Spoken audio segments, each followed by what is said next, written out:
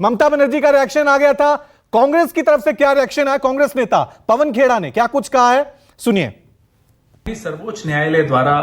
जो राहत आज श्री अरविंद केजरीवाल को मिली, हम उसका स्वागत करते हैं और उम्मीद करते हैं कि 4 जून के पश्चात प्रधानमंत्री मोदी,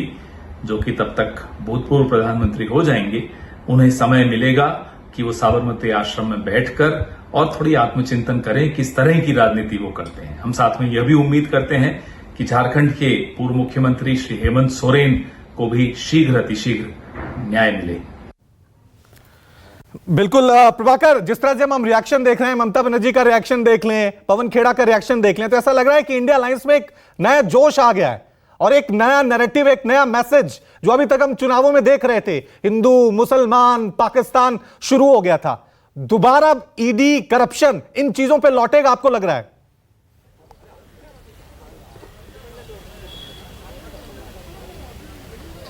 निश्चित तौर पर देखिए, इसे आप जब अरविंद केजरीवाल निकलेंगे और जैसा सुकेश जी बता रहे थे कि निश्चित तौर पर वो विक्टिम कार्ड प्ले करने की कोशिश करेंगे, तो ये बातें तो होगी कि अरविंद केजरीवाल जेल गए तो क्यों गए, और अरविंद केजरीवाल हाई कोर्ट हो, निचली अदालत हो या सुप्रीम कोर्ट हो, आम आदमी पार्टी और अरविंद केजरीवाल की यही दलील रही है कि उन्हें चुनाव के दौरान निष्क्रिय करने के लिए उनकी गिरफ्तारी हुई थी। दूसरी बात कि सुप्रीम कोर्ट में सुनवाई के दौरान सुप्रीम कोर्ट ने जो बात कही कि चुनाव रोज रोज नहीं होता, 5 साल बाद चुनाव होते हैं, अरविंद केजरीवाल कोई आदतन अपराधी नहीं है, हैबिचुअल ऑफेंडर नहीं है, चुने हुए प्रतिनिधि हैं, मुख्यमंत्री हैं, तो ऐसे में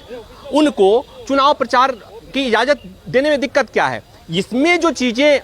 निहित हैं ये बहुत महत्वपूर्ण है। जैसा सुकेश जी भी बता रहे थे कि इसी आधार पर ये बताने की कोशिश होगी कि हम जो बात कह रहे थे, अरविंद केजरीवाल जो बात कह रहे थे कि उन्हें चुनाव में निष्क्रिय करने के लिए उनकी गिरफ्तारी हुई थी, पीछे की बातें सब छोड़ दी जाएंगी, पीछे की बातों पर चर्चा नहीं होगी कि हाईकोर्ट ने ये कहा था। हाईकोर्ट ने जब अरविंद केजरीवाल को कोई राहत देने से मना किया था तो हाईकोर्ट ने अपने जो चीजें, जो फैक्ट्स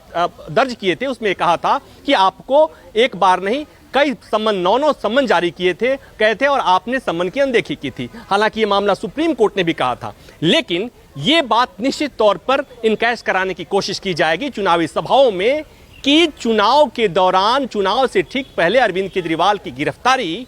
गलत नियत से की गई थी, और इस बात को सुप्रीम कोर्ट ने निश्चित तौर पर अंतरिम जमानत देने के दौरान कंसीडर किया। जैसा सुनवाई में सुप्रीम कोर्ट ने अपने तरह से कहने की कोशिश की, इस बात को आम आदमी पार्टी और गठबंधन इसको और उस पर जोर देंगे और उसे इसी तरह पेश करने की कोशिश करेंगे। और निश्चित तौर पर मैं फिर वही बात कह रहा हूं कि अरविंद केजरीवाल का जेल से बाहर आना, शर्त भले ही शर्तों के साथ आएंगे कि केवल चुनाव प्रचार करेंगे, इस लोकसभा चुनाव में गेम चेंजर साबित हो सकता है। सफलता और असफलता की बात मैं नहीं कर रहा हूं, चुनावी सभाओं में जो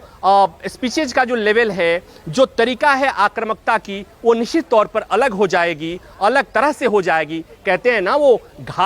घायल शेर आक्रामक, उसकी आक्रामकता और बढ़ जाती है। संजय सिंह जब जेल से बाहर निकले, आपने उनको देखा। अरविंद केजरीवाल जो पहले से आक्रामक थे, अब जब सलाखों से ठीक है, वो दिख रहा है।